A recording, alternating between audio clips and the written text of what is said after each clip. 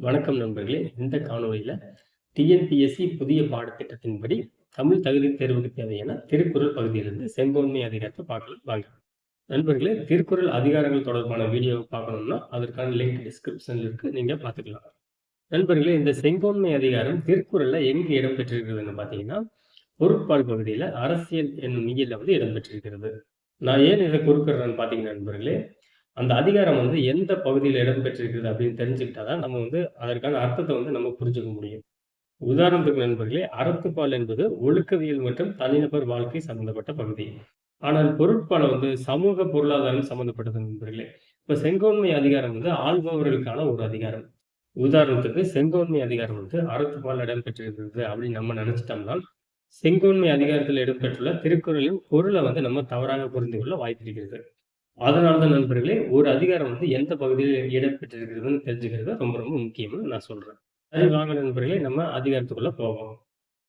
செங்கோன்மை அப்படிங்கிறது நண்பர்களே, செங்கோல் கூட்டல் தன்மை அப்படின்னு பிரிக்கலாம். அல்லது செம்மை கூட்டல் கோல் கூட்டல் தன்மை அப்படின்னு பிரிக்கலாம். தமிழ்ல நண்பர்களே, எந்த ஒரு சொல்லும் மை என்ற விகுதியில் முடிந்தால், அதாவது அந்த மை என்பதற்கான அர்த்தம் என்னன்னு பார்த்தீங்கன்னா, அபிலிட்டி, அதாவது திறமை என்ற அர்த்தம். செங்கோன்மை அப்படிங்கிறது நல்லாட்சி செய்வதற்கான திறமையை விளக்கும் பகுதி அப்படின்னு நம்ம எடுத்துக்கலாம். முதல் குறளை பார்க்கலாம். ஓர்ந்து கண்ணோடாது இறை புரிந்து யார் மாட்டும் தேர்ந்து செய்வதே முறை. மறுபடியும் படிக்கிறேன். ஓர்ந்து கண்ணோடாது இறை புரிந்து யார் மாட்டும் தேர்ந்து செய்வதே முறை. சொற்பொருள் பார்ப்போம். ஓர்ந்து அப்படின்னா குற்றங்களை ஆராய்ந்து என்று பொருள். கண்ணோடாது அப்படின்னா இரக்கம் காட்டாது. கண்ணோட்டம்னா இரக்கம், நம்ம முன்னாடியே பார்த்து. இறை புரிந்து அப்படின்னா நண்பர்களே, இறை அப்படின்னா அந்த வார்த்தையை ஞாபகம் வச்சுக்கங்க. இறை அப்படின்னா அரசன் என்ற அர்த்தம். இறை புரிந்துன்னா அரசாட்சி புரிந்து என்ற அர்த்தம். ஆனா இந்த இடத்துல நம்ம நடுநிலை தவறாமல் அப்படின்னு பொருள் எடுத்துக்கலாம். அதாவது அரசாட்சி புரிந்தும் அர்த்தம் வரும். ஆனால் நடுநிலை தவறாமல் என்ற பொருளையும் நம்ம எடுத்துக்கலாம். தேர்ந்து அப்படின்னா சரியான தண்டனை தேர்ந்தெடுத்து அப்படின்னு அர்த்தம். இப்ப தெளிவுரை பார்ப்போம். ஓர்ந்து அப்படின்னா தன் குடிமக்கள் செய்த குற்றங்களை ஆராய்ந்து. இறை புரிந்து யார் மாட்டும் கண்ணோடாது அப்படின்னா நடுநிலை தவறாமல், எவரிடத்திலும் இரக்கம் காட்டாமல். சரிங்களா? இறை புரிந்து நடுநிலை தவறாமல் என்ற அர்த்தம். அடுத்ததா தேர்ந்து செய்வதே முறை அப்படின்னா குற்றத்திற்கு தகுந்த தண்டனை விதிப்பதே ஆள்பவருக்கு சரியான நீதிமுறையாகும் அப்படின்னு அர்த்தம். ஒரு அரசாள்பவர் தன் குடும்பத்தாரே தப்பு செஞ்சிருந்தாலும் அவர்களுக்கு சாதகமாக நடக்காமல், இரக்கம் காட்டாமல், நடுநிலை தவறாமல், அவங்க என்ன குற்றம் செஞ்சிருக்காங்களோ அந்த குற்றத்திற்கு ஏற்ற தண்டனை கொடுக்கிறது சரியான நீதிமுறையாகும். அதாவது அரசனுக்கான சரியான ஆட்சி முறையாகும் அப்படின்னு வள்ளுவர் இந்த குறள்ல குறிப்பிடுகிறார். இந்த திருக்குறள் ஒரு கேள்வி பார்ப்போம். ஓர்ந்து இறை புரிந்து தேர்ந்து பொருள் தருக. அதாவது இந்த மாதிரி ஒரு திருக்குறளை கொடுத்துட்டு, இந்த மாதிரி வார்த்தைகளை கொடுத்துட்டு பொருள் தருகன்னு கேள்வி கேட்கப்படலாம். அதற்கான ஒரு முன்னோட்டமாக தான் இந்த கேள்வி நான் கொடுத்துருக்கிறேன். ஓர்ந்து அப்படின்னு ஆராய்ந்து, இறை புரிந்துன்னா நடுநிலை தவறாமல், தேர்ந்துன்னா தேர்ந்தெடுத்து என்ற அர்த்தம். இந்த குறள் உங்களுக்கு புரிஞ்சிருக்கும்னு நினைக்கிறேன். இப்ப நம்ம அடுத்த குறளுக்கு போவோம். இரண்டாவது குறள். வானோக்கி வாழும் உலகெல்லாம் மன்னவன் கோல் நோக்கி வாழும் குடி. வானோக்கி வாழும் உலகெல்லாம் மன்னவன் கோல் நோக்கி வாழும் குடி. சொற்பொருளை பார்ப்போம். வான்னா இந்த இடத்துல வான்மலை என்று பொருள். உலகுனா அனைத்து உயிர்களை குறிக்கிறது. அதாவது உலகத்தில் உள்ள மனிதர்கள் உட்பட தாவரங்கள், விலங்குகள், அப்புறம் சின்ன சின்ன உயிரினங்கள் இருக்கு பாத்தீங்களா, அந்த எல்லா உயிரினங்களின் தொகுதியை குறிக்குது உலகம் அப்படிங்கிறது. கோல் அப்படிங்கிறது செங்கோலை குறிக்குது. அதாவது செங்கோல் அப்படிங்கிறது ஒரு இமேஜினரியா மன்னனுடைய ஆட்சியை குறிக்கிறது, நல்லாட்சி. அடுத்ததா குடி அப்படின்னா குடிமக்களை குறிக்கிறது. இந்த திருக்குறளை எடுத்துக்காட்டு உண்மை என இடம்பெற்றிருக்கிறது. அது ஏன்னு நான் பின்னாடி சொல்றேன். இப்ப தெளிவுரையை பார்ப்போம். உலகில் உள்ள உயிர்கள் எல்லாம் வான்மழையை எதிர்பார்த்து வாழும். அதாவது வானோக்கி வாழும் உலகெல்லாம், அதற்குதான் இது அர்த்தம். அடுத்ததா மன்னவன் கோல் நோக்கி வாழும் குடி அப்படின்னா, அது போல ஒரு நாட்டின் குடிமக்கள் ஆள்பவருடைய நல்லாட்சியை நம்பி வாழ்கின்றனர். மழை பெய்தால்தான் தாவரங்கள் செழித்து வளரும், நீர்வாழ் உயிரினங்கள் பெருகும். அந்த தாவரங்கள் செழித்து வளர்ந்தால்தான் தாவரங்களை உண்ணும் உயிரினங்களை பெருகும். தாவரங்கள், விலங்குகள் என இவை இரண்டும் இருந்தால்தான் நம்மை போன்ற அனைத்துண்ணிகளுக்கு உணவு கிடைக்கும். அதனால்தான் வள்ளுவர் கூறுகிறார், வான் நோக்கி வாழும் உலகெல்லாம். அதாவது உலகம் எல்லாமே அந்த வான்மலை எதிர்பார்த்துதான் வாழ்கின்றனர். அது போல ஒரு நாட்டின் குடிமக்கள் ஆள்பவருடைய நல்லாட்சியை நம்பி வாழ்கின்றனர். ஏன்னு பாத்தீங்கன்னா, ஆள்பவர்கள் ஒரு நல்ல சட்டம் போட்டாதான் நம்ம நல்லா வாழ முடியும். இப்போ உதாரணத்துக்கு மத்திய அரசின் கரீப் கல்யாண் யோஜனா திட்டம், அதாவது ரேஷன் கடையில இலவச உணவு தானியங்கள் வழங்கும் திட்டம். அதே மாதிரி மாநில அரசின் விடியல் பயண திட்டம், அப்புறம் புதுமை பெண் திட்டம், அப்புறம் மகளிர் உரிமை தொகை திட்டம், இந்த திட்டங்கள் எல்லாம் செயல்படுத்துவதால் தான் பொதுமக்கள் வந்து நல்ல தரமான வாழ்க்கையை வந்து வாழ முடிகிறது. நம்ம வந்து நல்ல வாழ்க்கை தரத்திற்காக ஆட்சியாளர்களை வந்து எதிர்பார்த்து வாழ வேண்டியிருக்கிறது. அதனால் தான் வள்ளுவர் மன்னவன் கோல் நோக்கி வாழும் குடி அப்படின்னு குறிப்பிடுகிறாரு. இந்த மன்னவன் கோல் நோக்கி வாழும் குடி இத வந்து ஒப்பிட வான் நோக்கி வாழும் உலகெல்லாம் என்பதை வந்து உவமைப்படுத்துகிறார். இந்த இடத்துல வந்து பார்த்தீங்கன்னா, அது போல அதாவது உவம உருபு வந்து வெளிப்படையாக வரல. அப்படி வெளிப்படையாக வராததால் இது வந்து எடுத்துக்காட்டு உவமை அணி. இப்போ உங்களுக்கு ஏன் எடுத்துக்காட்டு உவமை அணி வந்ததுன்னு புரிஞ்சிருக்கும். இப்போ இந்த திருக்குறள்லேருந்து ஒரு கேள்வி பார்ப்போம். உலகெல்லாம் எதை நோக்கி வாழும்னு எக்ஸாம்ல கேள்வி கேட்டா, நம்ம எதை எழுதுவோம்? ஆப்ஷன் ஏ மன்னவனுடைய செங்கோலா அல்லது ஆப்ஷன் பி வான்மலையா? ஆன்ஸர் வந்து ஆப்ஷன் பி வான்மலை நண்பர்களே. நம்ம வந்து திருக்குறள சரியா புரிஞ்சுக்கலைன்னா, ஆப்ஷன் ஏ வந்து செலக்ட் பண்ண வாய்ப்பு இருக்கிறது. அதாவது மன்னவனுடைய செங்கோல் வந்து தவறானது. ஒரு நாட்டினுடைய குடிமக்கள் தான் மன்னவனுடைய நல்லாட்சியை எதிர்பார்த்து வாழ்வார்கள். ஆனால் உலகெல்லாம் வான்மலையை எதிர்பார்த்து தான் வாழும். இந்த குறள் உங்களுக்கு முழுவதுமாக புரிஞ்சிருக்கும்னு நினைக்கிறேன் நண்பர்களே. இப்ப நம்ம அடுத்த குறளுக்கு போவோம். 3வது குறள். "அந்தணர் நூறுக்கும் அறத்திற்கும் ஆதியாய் நின்றது மன்னவன் கோல்." மறுபடியும் படிக்கிறேன். "அந்தணர் நூறுக்கும் அறத்திற்கும் ஆதியாய் நின்றது மன்னவன் கோல்." சொற்பொருள் பார்ப்போம். அந்தணர்னா வேதம் ஓதுபவர். அதாவது அந்த காலத்துல கோயில்ல வேதம் ஓதுவாங்க பார்த்தீங்களா? அவங்க தான் அந்தணர். அடுத்ததா நூறுக்கும் அப்படின்னா நூல்களுக்கும் என்ற அர்த்தம். நூலுக்கும் அப்படிங்கிறத நூற்கும்னு வள்ளுவர் கொடுத்திருக்கிறாரு. ஆதினா அடிப்படைன்னு அர்த்தம் நண்பர்களே. இப்ப வந்து நம்ம தெளிவுரை பார்ப்போம். அந்தணர் நூறுக்கும் அறத்திற்கும்னா வேதம் ஓதுபவரின் மறைநூல்களுக்கும் மக்களின் அறத்திற்கும் என்ற அர்த்தம். இந்த அறத்திற்கும் அப்படிங்கிறது வந்து மக்கள் அறத்தோடு செயல்படுறாங்க பார்த்தீங்களா? அதையும் எடுத்துக்கலாம். அல்லது வந்து மறைநூல்கள் அந்த வேத நூல்கள் குறிப்பிடுகிற அந்த அர்த்தத்தையும் நம்ம எடுத்துக்கலாம். ஆதியாய் நின்றது மன்னவன் கோல் அப்படின்னா, அதற்கு அடிப்படையாக அமைவது அரசனின் நல்லாட்சி ஆகும். அதாவது நண்பர்களே, ஒரு அரசன் நல்ல ஆட்சி செஞ்சா தான் அந்த நாட்டுல வந்து அறம் வந்து நிலைத்திருக்கும். அந்த அரசனே கெட்டுப்போய் அவர் வந்து கெட்ட பழக்கங்களில் ஈடுபட்டிருந்தால், அந்த நாட்டு மக்களும் என்ன செய்வாங்க? அறத்தோடு நடந்துக்க மாட்டாங்க. அந்த நாட்டு மக்களும் அறம் தவறி தான் நடந்துக்குவாங்க. அந்த நாட்டுல சட்டம் ஒழுங்கு சீர்கெட்டு போயிருந்தா, அந்த நாட்டுல வேத நூல்கள் இருந்து என்ன பிரயோஜனம்? வேதம் ஓதி என்ன பிரயோஜனம்? அப்படின்னு வள்ளுவர் கேட்கிறாரு. அதனால தான் வள்ளுவர் சொல்றாரு, "அந்தணர் நூல்களும் அறமும் நிலைக்கணும்னா, அதாவது மன்னவனுடைய நல்லாட்சி வந்து அடிப்படையாக அமைகிறது" அப்படிங்கிறாரு. உங்களுக்கு தெளிவரை புரிஞ்சிருக்கும்னு நினைக்கிறேன் நண்பர்களே. இப்போ இந்த குறளுக்கான ஒரு கேள்வி பார்ப்போம். "அந்தணர் நூல்களுக்கும் அறத்திற்கும் அடிப்படையாக அமைவது எதுன்னு?" கேட்கப்படலாம். அந்தணர் நூல்களுக்கும் அறத்திற்கும் அடிப்படையாக அமைவது எதுன்னு கேட்கப்பட்டால், ஆப்ஷன் ஏ மன்னவனுடைய கோல், ஆப்ஷன் பி வான்மலை. இரண்டுமே வந்து சரியாக இருப்பதில் போன்றுதான் தோன்றுகிறது. ஆனால் சரியான விடை ஆப்ஷன் ஏ மன்னவனுடைய செங்கோல் தான். இந்த குறள் உங்களுக்கு நன்றாக புரிந்திருக்கும் என்று நம்புகிறேன். இப்போ வந்து நம்ம அடுத்த குறளுக்கு போவோம். 4வது குறள். "குடித்தழீஇ கோலோச்சும் மாநில மன்னன் அடித்தழீஇ நிற்கும் உலகு." மறுபடியும் படிக்கிறேன். "குடித்தழீஇ கோலோச்சும் மாநில மன்னன் அடித்தழீஇ நிற்கும் உலகு." சொற்பொருள பார்ப்போம். குடினா குடிமக்கள் நண்பர்களே. தழினா தழுவின்னு அர்த்தம். அரவணைத்துன்னு அர்த்தம். சரிங்களா? மானா பெரிய.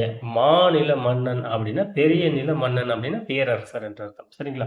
அடித்தழினா அடிச்சுவட்டை பின்பற்றி என்ற அர்த்தம். அதாவது அடியை தழுவி என்ற அர்த்தம். பாதங்களை தழுவி என்று அர்த்தம்.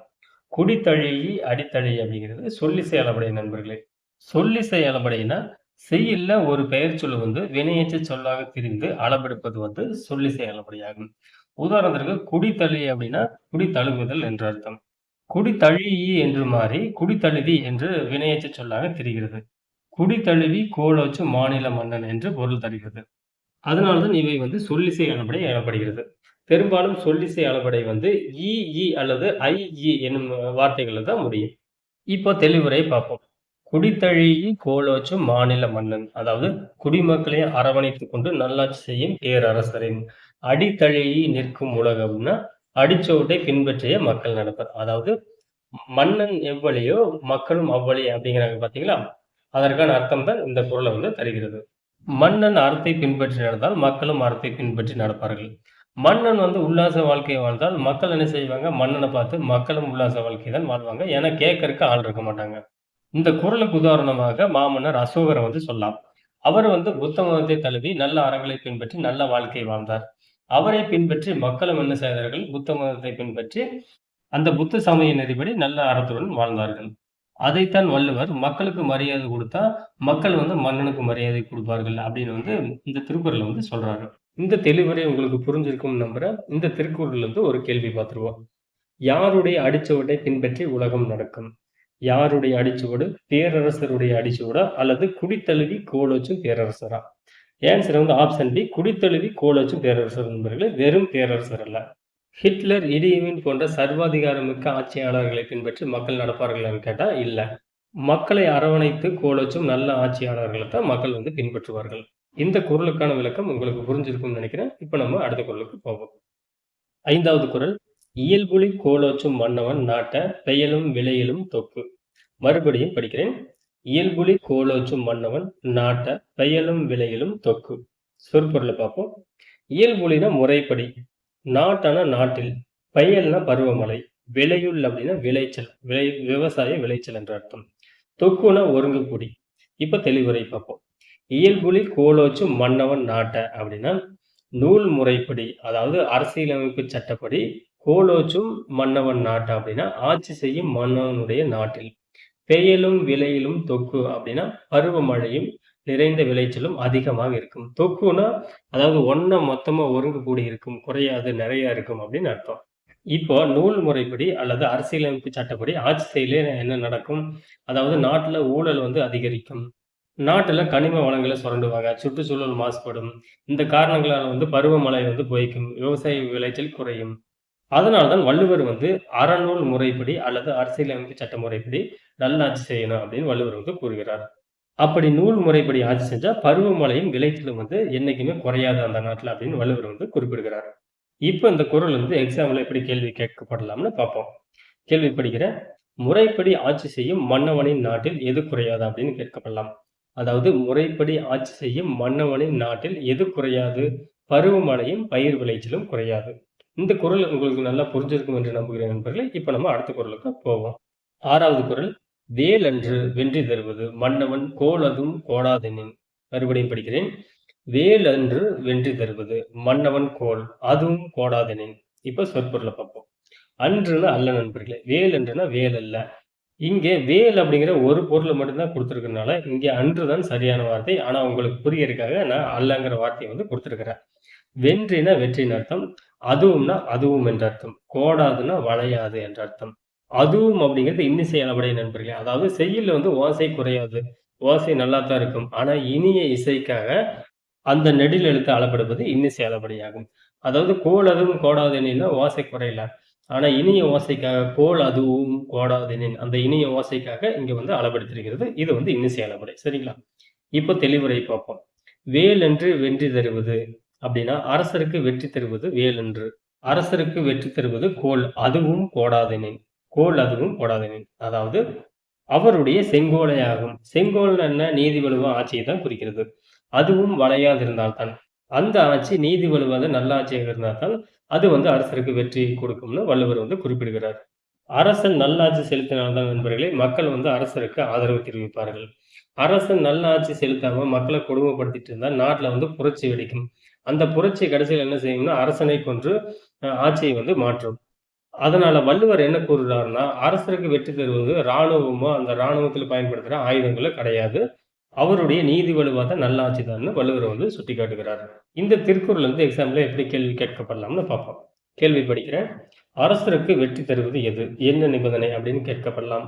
அரசருக்கு வெற்றி தருவது எது? எந்த நிபந்தனை? அரசருக்கு வெற்றி தருவது எதுன்னா செங்கோல். என்ன நிபந்தனைன்னா அந்த செங்கோல் வந்து வளையாமல் இருக்கணும். அதாவது நல்ல ஆட்சியாக இருக்கணும். எந்த ஒரு குறையும் இல்லாத நல்ல ஆட்சியாக இருக்கணும்.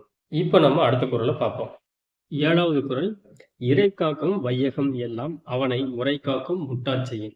மறுபடியும் படிக்கிறேன். இறை காக்கும் வையகம் எல்லாம் அவனை முறை காக்கும் முட்டா செய்யும். சொற்பொருளை பார்ப்போம். இறைனா அரசன் நண்பர்களே. இறைனா இறைவன் அர்த்தம். அது வந்து அரசனை குறிக்கும். முறைனா அந்த முறை, அதாவது அரசாட்சி முறை, நீதி வலுவா ஆட்சி முறை என்ற அர்த்தம். முட்டானா முறை தவறாமல் என்ற அர்த்தம். இங்கே முட்டா அப்படிங்கிறது வந்து நண்பர்களே முட்டாது என்பதை குறிக்கும். முட்டாதுன்னா ஈறுகட்ட எதிர்மறை பெயரெச்சம் ஆகும். தெளிவுரையை பார்ப்போம். இறை காக்கும் வையகம் எல்லாம் அப்படின்னா இந்த உலகத்தில எல்லாம் அரசன் காப்பான். அதாவது இந்த நாட்டை, இந்த உலகத்தை வந்து அரசன் வந்து காப்பான். அவனை முறை காக்கும் முட்டா செய்யும் அப்படின்னா அவன் முறை தவறாத ஆட்சி செய்வானாயின் அவனை வந்து அவன் நல்லாட்சியை காப்பாற்றும் என்ற அர்த்தம். உங்களுக்கு தெளிவுரை புரிஞ்சிருக்கும்னு நினைக்கிறேன். இப்ப இந்த குறள் வந்து எக்ஸாம்ல கேள்வி எப்படி கேட்கப்படலாம்னு ஒரு கேள்வி பார்த்துருவோம். இந்த உலகத்தை காப்பவன் அரசன், அவனை காப்பது எதுன்னு கேட்கப்படலாம். இந்த உலகத்தை காப்பவன் அரசன், அவனை காப்பவது எது? இந்த கேள்வி எப்படி இருக்குதுன்னு பார்த்தீங்கன்னா நண்பர்களே, இந்த உலகத்தை படைச்சது வந்து கடவுள். அப்போ அந்த கடவுளை படைச்சது யாரு? அப்படின்னு கேட்கிற மாதிரி இருக்குது. அது மாதிரி இந்த கேள்விக்கான ஆன்சர் வந்து நீதி வழுவாத அவனது ஆட்சி முறை. அதாவது சாதாரண ஆட்சி முறை கிடையாது. நீதி வழுவாத நல்லாட்சி முறை தான் சரியான விடை. இந்த குறள் உங்களுக்கு நல்லா புரிஞ்சிருக்கும்னு நினைக்கிறேன். இப்ப நம்ம அடுத்த குறளை பார்ப்போம். 8வது குறள். நண்பர்களே, இது ரொம்ப ரொம்ப குழப்பமான குறள். அதனால கவனமா பாருங்க. என் பதத்தான் ஓரா முறை செய்யா மன்னவன் தன் பதத்தான் தானே கெடும். மறுபடியும் படிக்கிறேன். என் பதத்தான் ஓரா முறை செய்யா மன்னவன் தன் பதத்தான் தானே கெடும். சொற்பொருளை பார்ப்போம்.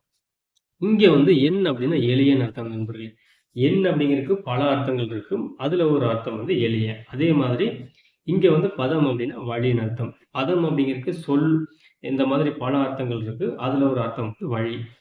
அதே மாதிரி அடையாளம்னு சொல்லலாம். அடையாளம் அப்படிங்கிறது ஒரு பொருள். இந்த 2 வார்த்தைகளும் சேர்த்தால் எண் பதம் அப்படிங்கிற வார்த்தை கிடைக்கிறது. இந்த எண் பதம் அப்படிங்கிற வார்த்தைக்கான அர்த்தம் என்னன்னு பார்த்தோம்னா எளிய செவ்வி அப்படின்னு அர்த்தம். அதாவது வந்து பிறர் பேசுவதை உற்று நோக்கி கேட்கக்கூடிய எளிய செவ்வி அப்படின்னு அர்த்தம். என் பதம் அப்படின்னா என்னன்னு தெரிஞ்சிச்சு. இப்போ என் பதத்தான் அப்படின்னா காட்சிக்கு எளியவன் என்ற அர்த்தம் நண்பர்களே. என் பதம்னா எளிய செவ்வி. இங்க வந்து என் பதத்தான்னா அதாவது எளிய செவ்வியை உடையவன் அப்படிங்கிறது சரியான அர்த்தம் தான். ஆனால் இந்த குறளை பொறுத்தளவுக்கு என் பதத்தான் அப்படின்னா காட்சிக்கு எளியவன் என்பது சரியான பொருள். அடுத்ததான் ஓரானா ஆராயாமல் என்ற அர்த்தம். ஓர்ந்துன்னா ஆராய்ந்த நண்பர்களே, ஓரானா ஆராயாமல். தன் பதம்னா தாழ்நிலை நண்பர்களே. பதம்னா அடையாளம், தன் பதம்னா அந்த தாழ்நிலை அடையாளம் அப்படின்னு அர்த்தம்.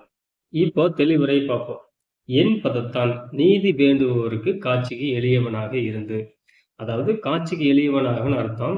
ஆனா எப்படி காட்சிக்கு எளியவனாகனா நீதி வேண்டுபவருக்கு காட்சிக்கு எளியவனாக இருந்து.